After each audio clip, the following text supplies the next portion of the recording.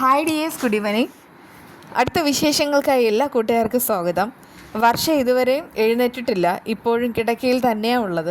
കൂട്ടുകാരികളും ശ്രീനാഥും പിന്നെ നമ്മുടെ വിവേകവും എല്ലാം കൂട്ടിരിക്കുന്നു, കാവലിരിക്കുന്നു. പക്ഷെ എന്ത് പ്രയോജനം? ഇവിടെ ഒരു മിറക്കിളും ഇതുവരെ നടന്നിട്ടുമില്ല. ഇതിനിടയ്ക്കാണ് കുറേയേറെ ലഹരിയുടെ ഗ്യാങ്ങായിട്ടുള്ള കുറേ എണ്ണം വർഷയെ ദ്രോഹിക്കാനായിട്ട് നോക്കുന്നത്. പാവം വർഷയാണെങ്കിൽ എല്ലാവരെയും ഇതുവരെ സഹായിച്ചിട്ടേ ഉള്ളൂ.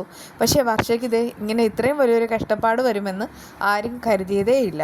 അതേസമയം വർഷ ഇങ്ങനെ കോമയിലല്ല, കണ്ണു തുറന്ന് ഇങ്ങനെ കിടക്കാണ് ആൾ.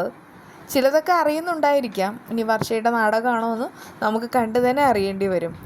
അവസാന ഘട്ടം എന്ന വണ്ണം ആ ഡോക്ടറെ കൊണ്ടുവരികയാണ്, യാമിനി ഡോക്ടർ വർഷയുടെ മുന്നിൽ എത്തിക്കുന്ന സമയത്ത് തന്നെ കാര്യങ്ങളെല്ലാം വിശദമായിട്ട് കൂട്ടുകാരികൾ പറഞ്ഞു കൊടുക്കുന്നു. അതായത് വർഷയ്ക്ക് എങ്ങനെയാണ് അസുഖം വന്നത്, ആ ഒരു സമയം മുതലുള്ള ബാക്കിയുള്ള കാര്യങ്ങൾ, ഇപ്പോൾ എന്ത് ചികിത്സയെ കൊടുക്കുന്നതെന്ന് പറയുന്ന സമയത്ത് ആ റോബിൻ ഡോക്ടർ ഉണ്ടല്ലോ, അദ്ദേഹമാണ് ചികിത്സിക്കുന്നതെന്നുള്ള കാര്യം പറയുന്നു.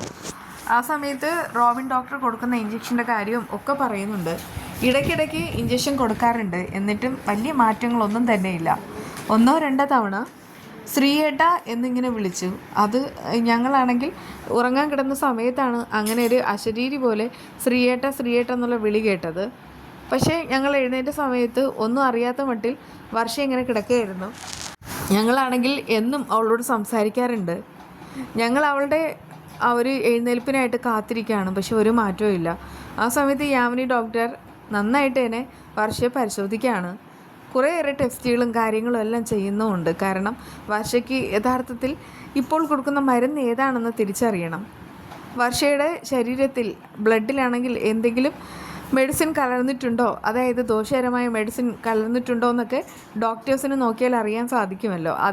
അതിൻ്റെ ഭാഗമായിട്ടുള്ള ടെസ്റ്റും കാര്യങ്ങളുമാണ് ഇപ്പോൾ നടന്നുകൊണ്ടിരിക്കുന്നത്. ശ്രീനാഥ് ഇങ്ങനെ ഭയങ്കരമായിട്ട് ഇമോഷണൽ ആവുകയാണ്. ഇടയ്ക്കിടയ്ക്ക് വർഷയെ കാണുമ്പോൾ അടുത്തേക്ക് വരുന്നു, കൈകളിൽ ചേർത്ത് പിടിക്കുന്നു, എന്നിട്ടിങ്ങനെ കരയുന്നുണ്ട്. നിന്നെ സഹായിക്കാനും ഒരുപാട് പേർ നോക്കുന്നുണ്ട്, അവസാനം അവരും പോകും. എന്ത് കഷ്ടമായത്, കുട്ടിക്കാലം മുതൽ തന്നെ നീ ഒരുപാട് അനുഭവിച്ചു, ഇപ്പോഴും അനുഭവിച്ചുകൊണ്ടിരിക്കുന്നു. നിനക്ക് മാത്രം എന്താ ഈ ഒരു ഗതി? ഞങ്ങളെല്ലാവരും നിനക്ക് വേണ്ടിയിട്ടാണ് കാത്തിരിക്കുന്നത്, നിനക്ക് വേണ്ടി പ്രാർത്ഥിക്കുകയൊക്കെ ചെയ്യുന്നുണ്ട്. പക്ഷെ നിനക്ക് ഒരു മാറ്റവുമില്ല. എന്തായാലും ഇത് സഹിക്കാൻ പറ്റാവുന്നതല്ല. വർഷ ഇനി എപ്പോഴാടാ തിരിച്ചു വരുന്നത് എന്നൊക്കെ പറഞ്ഞിട്ട് ഭയങ്കരമായിട്ട് കരയാണ് കേട്ടോ. ആ സമയത്ത് വർഷ ഒന്നും അറിയാത്തതുപോലെ കിടക്കാണ്. പക്ഷേ ശ്രീനാഥ് ഇങ്ങനെ കൈമേൽ മുഖമെല്ലാം വെച്ചിട്ട് കിടക്കുന്നുമുണ്ട്. അതുകൊണ്ട് തന്നെ ആ സമയത്ത് എന്തെങ്കിലും ഒരു മിറക്കിൾ സംഭവിക്കാനുള്ള ചാൻസ് ഉണ്ട്.